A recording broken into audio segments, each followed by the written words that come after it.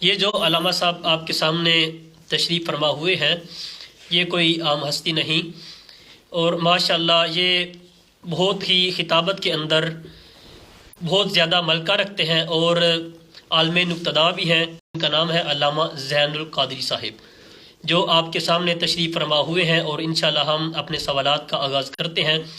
اور علامہ صاحب سب سے پہلے السلام علیکم ورحمۃ اللہ وبرکاتہ۔ وعلیکم السلام ورحمۃ اللہ وبرکاتہ۔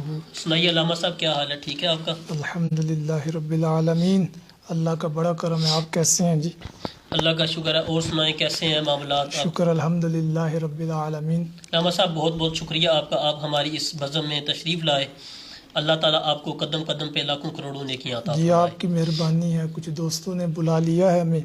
سب سے پہلے تو میں آپ سے یہ گزارش کرنا چاہتا ہوں کہ جن جن دوستوں نے ہمیں بڑی اچھی عزت دی ہے، ان میں ہمارے بڑے ہی پیارے محترم حضرت علامہ مولانا محمد عبد الرحمن صاحب جلالی ہیں، اور ہمارے بڑے ہی پیارے دوست عزیز پیر سید کیا نام ہے ان کا، نعمان شاہ صاحب ہیں۔ اور آپ کا بھی بہت تہہ دل سے میں شکر گزار ہوں کہ آپ نے بھی بڑی عزتوں سے نوازا ہے، اور ہمیں اس سلسلے میں آپ نے یاد فرمایا ہے۔ پچھلے دنوں بھی میں دیکھ رہا تھا رمضان ٹرانسمیشن کو، اسی کو، اور نظریہ اہل سنت حق کی جو صحیح پرچار ہے، وہ یہاں پہ جو صحیح ترجمانی ہے کی گئی ہے، حضرت امیر معاویہ رضی اللہ تعالیٰ عنہ کا معاملہ ہو، یا جو ہے وہ حق چار یار کا معاملہ ہو، یا کوئی اور بھی مسئلہ ہو جو اہل سنت کے عین مطابق ہے، اس بہار رمضان ٹرانسمیشن کے اندر اس کو صحیح طور پر بیان کیا گیا ہے، اور بڑے بڑے علماء نے جو ہے اپنا حصہ اس میں ڈالا ہے۔ سب کو خراج تحسین پیش کرتا ہوں، اور میں یہ خصوصی طور پر کہنا چاہتا ہوں، میں اگلے دن سن رہا تھا مفتی ندیم بن صدیق اسلمی صاحب کی گفتگو کو، کہ انہوں نے احیاء حدیث میں بہت کام کیا ہے۔ اللہ پاک ان کا یہ کام اپنی بارگاہ میں قبول فرمائے، اور ہمیں بھی ان کے نظریے پر چلنے کی توفیق عطا فرمائے۔ احیاء حدیث کا جو درجہ اور جو کام ان کو اس دور کے اندر ملا ہے، میں کہتا ہوں کہ بڑے ہی کم لوگوں نے اس کا پرچار کیا ہے۔ اللہ ان کا سایہ تدیر اہل سنت کو قائم و دائم فرمائے۔ آمین ثم آمین۔ اچھا، ہم اب آج کا ہمارا جو موضوع ہے وہ ہے حق چار یار، اس پر ہم علامہ صاحب سے سوالات کریں گے۔ اچھا علامہ صاحب، سب سے پہلے جو ہے نا، آج کا موضوع چونکہ ہمارا حق چار یار ہے، اس پر روشنی ڈال دیجئے تھوڑی سی، پھر انشاءاللہ اس کے بعد اپنے مزید سوالات کریں۔ یہ حق چار یار کا جو نظریہ ہے، یہ نظریہ اہل سنت و جماعت کے عین مطابق ہے۔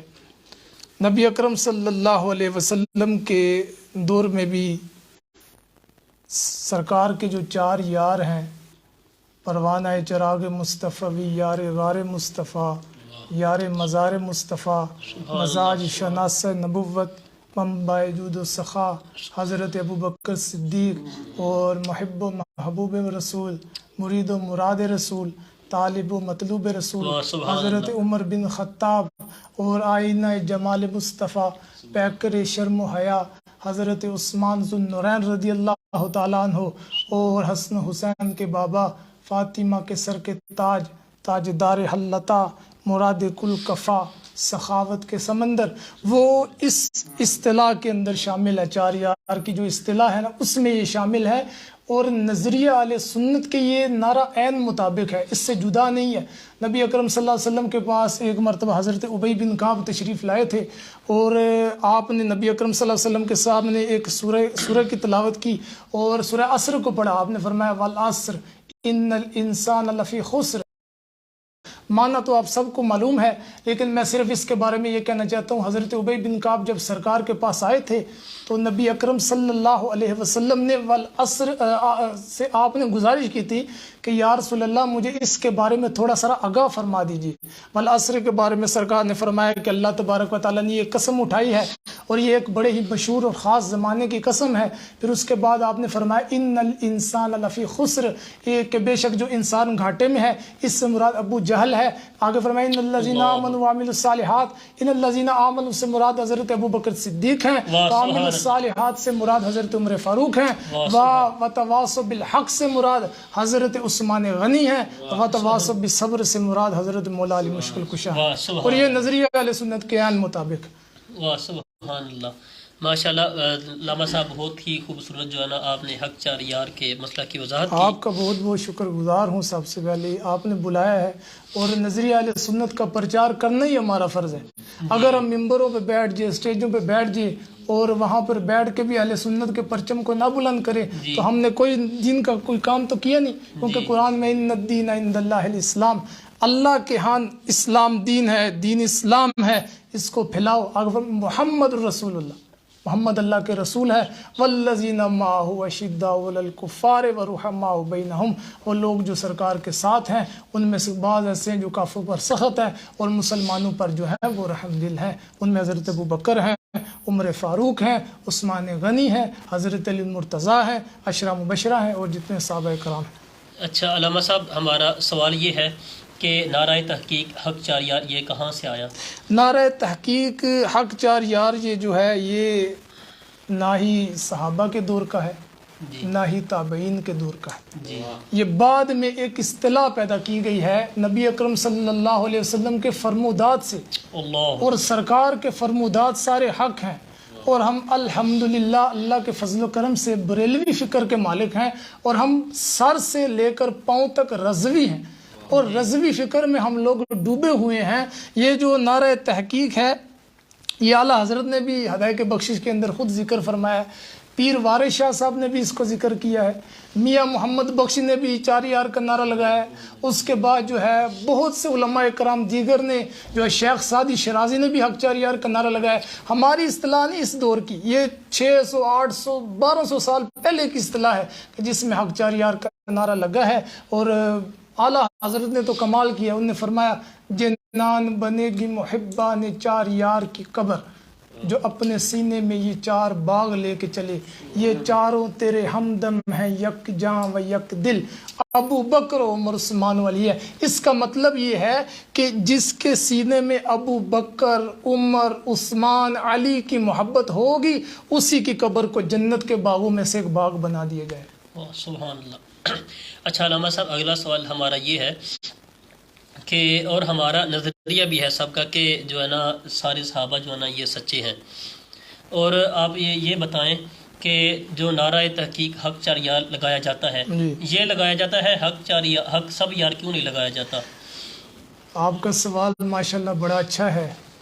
تو میں اس بارے میں یہ عرض کرنا چاہتا ہوں کہ آپ نے جو سوال کیا ایک مرتبہ میں دہرا دیتا ہوں اسے کہ حق سب یار کا نعرہ لگاتے ہیں، حق چار یار کا نعرہ کیوں نہیں لگاتے؟ حالانکہ حق سب یار میں حق چار یار بھی تو آتے ہیں. تو آپ کہتے ہیں کہ حق سب یار کا نعرہ لگانا چاہیے. تو ہم اس کے جواب میں یہ کہتے ہیں کہ پنجتن پاک کا نعرہ بھی تو آپ لگاتے ہیں. تو وہاں پہ سب پاک کا نعرہ کیوں نہیں لگاتے؟ حضرت آدم علیہ السلام سے لے کر حضرت عیسیٰ علیہ السلام تک سارے نبی پاک ہیں جن کے بارے میں اہل سنت کا نظریہ ہے ان الانبیاء کلہم معصومون عن الخطاء عن الصغیرۃ والکبیرۃ من قبل النبوۃ و بعد النبوۃ. اللہ کے سارے نبی گناہوں سے پاک، چھوٹے گناہوں سے بھی پاک، بڑے گناہوں سے بھی پاک، اعلان نبوت سے پہلے بھی پاک، اعلان نبوت کے بعد بھی پاک. تو یہ جو سارے گناہ کرتے ہی نہیں، جن کے ہاں صغیرہ کا سوال نہیں، جن کے ہاں کبیرہ کی بات نہیں، جن کے ہاں اعلان نبوت سے پہلے بھی نہیں بعد میں بھی نہیں، تو جب یہ بندے گناہ کرتے نہیں تو یہ سارے پاک ہوئے نا، سر سے لے کر پاؤں تک پاک ہیں. اور اب یہ پاک ہیں تو ان پاک کی موجودگی میں پنجتن پاک کے نام کا نعرہ لگتا ہے. تو جب ہم کہتے ہیں کہ ان سب پاکوں کی موجودگی میں پنجتن پاک کے نام کا نعرہ لگانا جائز ہے تو پھر چار یار کا نعرہ لگانا بھی جائز ہے. واہ سبحان اللہ سبحان سبحان. اچھا علامہ صاحب، ہمیں کوئی ایسی حدیث سنا دے جس کے اندر پیارے محبوب علیہ السلام کے جو چاروں یار ہیں ان کا کوئی ذکر ہو. حدیثیں تو میرے ذہن میں بڑی ہیں چار یاروں کے حوالہ سے. کوئی تو میں یاد بھی میں کیے اس ٹاپک پہ بہت زیادہ حدیثیں میرے ذہن میں بڑی ہے. نبی اکرم صلی اللہ علیہ وسلم نے فرمایا کنز الامال کی حدیث پاک، آپ کبھی سنیں تو آپ کے دل میں بھی ٹھنڈک پیدا ہوگی، اور جو سن رہے ہیں ان سے بھی گزارش کرتا ہوں کہ دل تھام کے سنیں. کنز الامال جلد 13 صفحہ نمبر 103 پر حضرت براء بن عازب رضی اللہ تعالیٰ عنہ کی روایت سے ہے کہ نبی اکرم صلی اللہ علیہ وسلم نے فرمایا کہ ایک دن میں سرکار کے پاس حاضر ہوا. میں سرکار کے پاس آیا تو سرکار نے مجھے فرمایا کہ اتدرونا ما علی العرش مکتوب،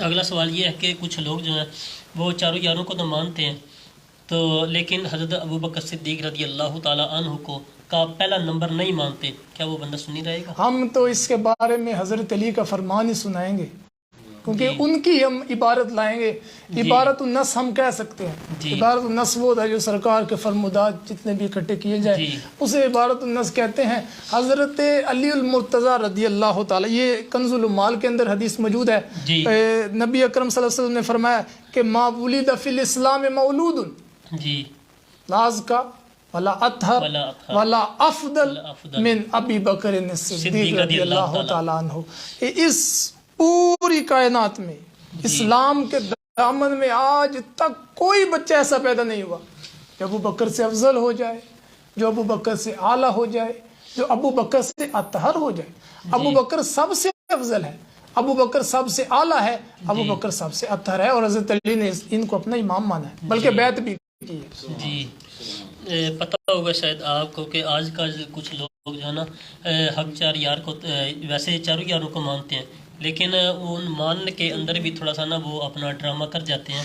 وہ سنی نہیں ہے بندہ، جی وہ سنی نہیں ہے، سنی نہیں ہو سکتا، کیونکہ اعلیٰ حضرت نے فرمایا ابو بکر حضرت علی سے افضل و اتم و اکمل ہے. جو اس کا انکار کرتا ہے ہم اس کو رافضی بدعتی شیعی مانتے ہیں. وہ بندہ، اس کا اہل سنت سے کوئی تعلق نہیں ہے، وہ دور دور تک اہل سنت کا بندہ نہیں، اور ہم اس سے اعلان بیزاری کرتے ہیں، ہم اس کا ساتھ نہیں دیتے. ایک تو میں سوال یہ ایڈ کرنا چاہتا ہوں کہ آپ کو پتہ ہے کہ آج کل نا ہمارے سنی بیچارے بھی ان کو سمجھ تو نہیں آتی ہمیں کیا کرنا چاہیے. دیکھیں جیسے وہ حدیث ہے من کنت مولا فہذا علی مولا ہو، جیسے حالانکہ یہاں پہ محبوبیت والا ہمارا مراد ہے، ٹھیک ہے نا.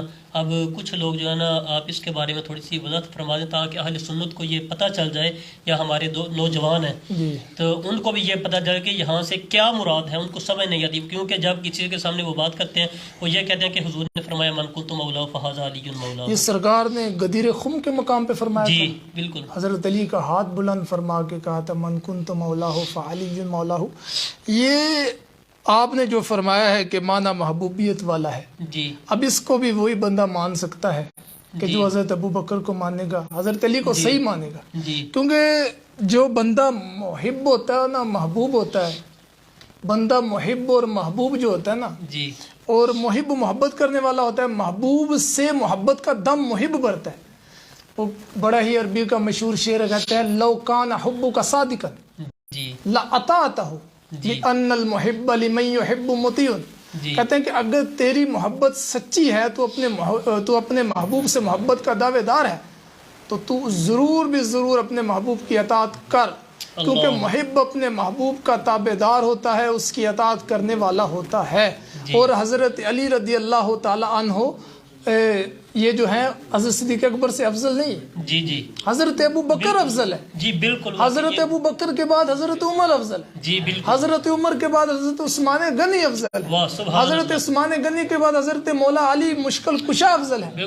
اور اعلیٰ حضرت کا مذہب راجح ہے. واہ سبحان اللہ. باقی سارے مذہب جو ہے وہ مرجوع ہیں، اعلیٰ حضرت کا مذہب راجح ہے، اور اعلیٰ حضرت کے مذہب کو ہی ترجیح دی جائے گی. کیونکہ امام اعظم ابو حنیفہ نعمان بن ثابت کا جو صحیح سچا پکا پیروکار ہے وہ امام احمد رضا بریلی کا تاجدار ہے. انہوں نے کہا تھا، امام اعظم نے کہا تھا حبہم دین و ایمان و احسان بغضہم کفر و نفاق و عصیان. صحابہ کی محبت دین ہے، صحابہ کی محبت ایمان ہے، اور صحابہ سے محبت نہ کرنے والا اور ان کو جھٹلانے والا یہ نافرمانی کرتا ہے، گناہ کرتا ہے. اچھا علامہ صاحب اگلا سوال یہ کہ حق چار یار کا جو منکر ہے اس کے لیے کوئی وعید سنا دیں آپ. وعیدیں ان پر کیا سمجھائیں ہم اور کیا سنائیں.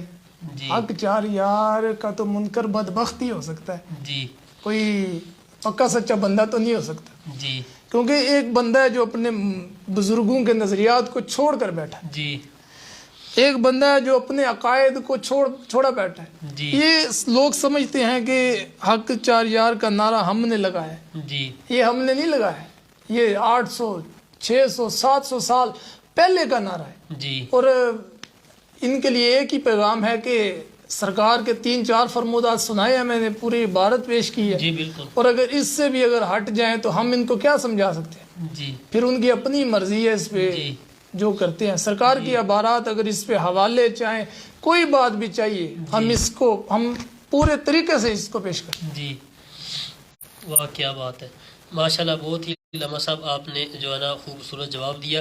اور آج کے موضوع کے حوالے سے آخری کوئی اہم بات فرما دیں آپ. اہم بات یہ ہے کہ نظریہ اہل سنت کی پاسداری کریں. جی یہ جو پروگرام ٹرانسمیشن بہار شروع کیا گیا ہے اس میں عقائد کی اصلاح کی گئی ہے بڑے بڑے جید علماء کرام نے. میں تو ایک ادنا سا طالب علم ہوں، انہوں نے آپ کی محبتوں کا بڑا شکریہ مجھے بلا لیا ہے، لیکن میں یہی کہنا چاہتا ہوں کہ بڑے بڑے علماء کلام نے یہاں پہ آ کے بڑے بڑے اچھے لائیو جس طریقے سے بھی بیانات دیے، آپ کبھی ان کے بیانات سن لینا تو کیا سنا رہے ہیں؟ قرآن سنا رہے ہیں، حدیث سنا رہے ہیں، کوئی اپنا نظریہ تو نہیں رکھ رہے. جی یہ تو بات ہوتی ہے کہ چلو بندہ ایک اپنا نظریہ بیچ میں گھسا دیتا ہے، بات کرتا ہے، لیکن ایک بندے نے سنانا ہی قرآن ہے، ایک بندے نے سنانی حدیث ہے. اب ہمیں بھی چاہیے کہ سرکار کا پکا سچا امتی ہونے کے ناطے ہمیں سرکار کے فرمودات پر عمل کرنا چاہیے، اللہ کے قرآن کی بات کرنی چاہیے، اور یہی نظریہ اہل سنت ہے. پہلے قرآن کو رکھتے ہیں، پھر حدیث کو رکھتے ہیں، اس کے بعد کوئی اقوال ہوتا ہے پھر لاتے ہیں. ان کے مقابلے میں کسی اور چیز کو پسند نہیں کرتے. جی اچھا علامہ صاحب آپ یہ بتا دیں کہ جیسے آج کل لوگ اکثر صحابہ کو نہیں مانتے، صحابہ کرام کا پتہ آپ کو صراحتاً انکار کرتے ہیں. 10 محرم آتی ہے تو لوگ صحابہ کو گالیاں نکالنا شروع کر دیتے ہیں. کیا ہمارے جو سنی حضرات ہیں کیا ان کو ان کی مجلس میں جانا یا ان کے ساتھ تعلقات وغیرہ رکھنا؟ سب سے پہلے تو یہ بات سن لیں کہ ان کا ان کی مجلس میں بیٹھنا ہی حرام ہے. جی وہ نظریہ اہل سنت سے بھٹکے ہوئے ہیں. جی ان کو چند ٹکوں کی بنیاد پر یا کچھ بھی مسائل کی بنیاد پر کہہ لیں، یا دوستوں کی صحبت ایسی ہوتی ہے، یا والدین کی ان پر جو ہے وہ تربیت نہیں ہوتی، جب وہ بروں کی صحبت میں بیٹھتے ہیں تو برا طریقہ اختیار کر لیتے ہیں. تو ان کی مجلس کے اندر بیٹھنا اور جانا اور سننا، نوحہ سننا، کسی طرح کا بھی سننا، یہ حرام ہے نظریہ اہل سنت کے مطابق نہیں. جیسے علامہ صاحب آج کل کچھ لوگ یہی کہتے ہیں کہ جو ہے نا لوگ بالکل سارے کے سارے ٹھیک ہیں. جیسے دیکھیں نا اب ایک بندہ ہے وہ کہتے ہیں کہ جو مولا علی رضی اللہ تعالیٰ عنہ جو حضرت مولا علی رضی اللہ تعالیٰ عنہ اس کو بھی بندہ نہیں مانتا. اور کچھ لوگ وہ ہیں جو صحابہ کی گستاخیاں کریں، لوگ ان کو بھی صحیح کہتے ہیں، اور کچھ وہ ہیں جو حضور کے ساتھ بغض رکھیں، لوگ ان کو بھی ٹھیک کہتے ہیں. آپ ایسے بندے کے بارے میں کیا فرماتے ہیں؟ ایسا بندہ پکا بے ایمان ہے، جی جہل مطلق ہے، بلکہ جہل مرکب ہے. اللہ اکبر. ایسے کہہ لیجیے. جی ان کے لیے تو یہی سخت الفاظ نکل سکتے ہیں، کیونکہ بعض لوگوں نے یہ نظریہ بنا لیا ہے کہ مولویوں کو کوئی چیز آتی نہیں. جی اگر میں انہیں کہتا ہوں کہ آپ مولویوں کے پاس بیٹھے نہیں، جی جو سمجھ آپ کو ادھر سے آئے گی نا وہ کہیں سے نہیں آئے گی. جی آپ کا سوال بڑا اچھا ہے. انہوں نے بھی ایک سوال دیا ہے کہ 5 تن نعرہ 5 لاکھ نعرہ حیدری لگانا کیسا ہے؟ جی یہ عوام کی طرف سے سوال آیا. یہ عوام کی طرف سے سوال آیا. ماشاءاللہ سوال بڑا اچھا ہے ان کا، ماشاءاللہ سوال بڑا اچھا ہے کہ 5 لاکھ نعرہ حیدری لگانا کیسا ہے. جاہل صوفیوں اور یہ کہہ لے کہ میں سمجھتا ہوں کہ میں اس پر ایک بات سناتا ہوں جیسے چرسی پنگی کہ میں جاتا ہوں کام والی سرکار پہ، جی اور وہاں پہ کچھ لوگ بیٹھ کے کچھ بنا رہے ہوتے ہیں، کچھ بھی چلے بنا رہے ہوتے ہیں. میں تو نہیں کہتا، آپ نے کہہ دیا چلے بڑی اچھی بات ہے، کچھ بھی بنا رہے ہوتے ہیں. جی جی تو وہ بنا کے اگر وہ 5 لاکھ 5 تن 1.25 لاکھ نعرہ حیدری لگاتے ہیں تو یہ بھی جائز نہیں ہے. اگر آپ نے لگانا ہی ہے تو 5 تن پاک کا نعرہ لگاؤ اس کی جگہ، کیونکہ 5 تن پاک کو فضیلت اور اہمیت ہی دینی ہے نا آپ نے، تو صحیح نعرے کی بیس پر لگاؤ. یہ من گڑت ہو جو اہل سنت سے جن نعروں کا تعلق نہیں ہے وہ لگا کر کیوں آپ اہل سنت کا ماحول خراب کرتے ہیں؟ اس لیے آپ کو یہی کہتا ہے ان بدماش اور بدکماش صوفیوں کے پیچھے نہ لگیں، اہل سنت کا صحیح راہ اپنائیں، اہل سنت پر چلیں گے، کسی صحیح رضوی فکر والے بندے کے پاس بیٹھیں گے، اس سے کچھ سیکھیں گے، پھر وہ آپ کو یہ بتائے گا. جی رمضان ٹرانسمیشن آپ کو پتہ ہے، آپ روزانہ دیکھتے بھی ہیں کہ ہم کر رہے ہیں. جی ماشاءاللہ. اس کے حوالے سے آپ جو ہے نا کچھ جملے ارشاد فرما دیں، انشاءاللہ اس کے بعد دعا کرتے ہیں. رمضان ٹرانسمیشن میں تو سب سے پہلے یہ کہتا ہوں کہ یہ ہدایات اس میں بڑی تقسیم کی گئی ہے، جی تو میرا یہ پیغام ہے جی کہ ان ہدایات کے اندر سب سے پہلے تو اس چینل کو آپ لائک کر دیں، جی کیونکہ یہ ضروری ہے، جی کیونکہ جب آپ لائک کریں گے تو آپ تک پیغام پہنچے گا، جی ویسے تو نہیں پہنچے گا نا جی آپ تک پیغام۔ دوسری بات یہ ہے کہ اس کے اندر بڑی ہی دقیق اور باریک بینی سے جو گفتگو کے مضامین چلائے گئے، میں جی امید کرتا ہوں آئندہ بھی جتنے آئیں گے بڑی اچھی اچھی گفتگو، مجھ سے بھی اچھی گفتگو کر کے جائیں گے، جی لیکن جو حیاء حدیث چلا ہے، جو حضرت امیر معاویہ کا درس چلا ہے، حضرت امیر معاویہ رضی اللہ تعالیٰ عنہ کے بارے میں سوالات و جوابات پہ جو ہم نشستیں چلی ہیں، اس سے پہلے بھی جتنی گفتگو یہ بڑی اچھی تھی، اور یہ سلسلہ اللہ پاک ہمیشہ قائم و دائم فرمائے۔ اور رمضان ٹرانسمیشن، یہ جو بہار رمضان ٹرانسمیشن نے آغاز کیا ہے، اللہ پاک ان کو اس میں مزید برکتیں بھی عطا فرمائے، ہماری یہی دعا ہے۔ آمین ثم آمین۔ اچھا علامہ صاحب بہت بہت آپ کا شکریہ۔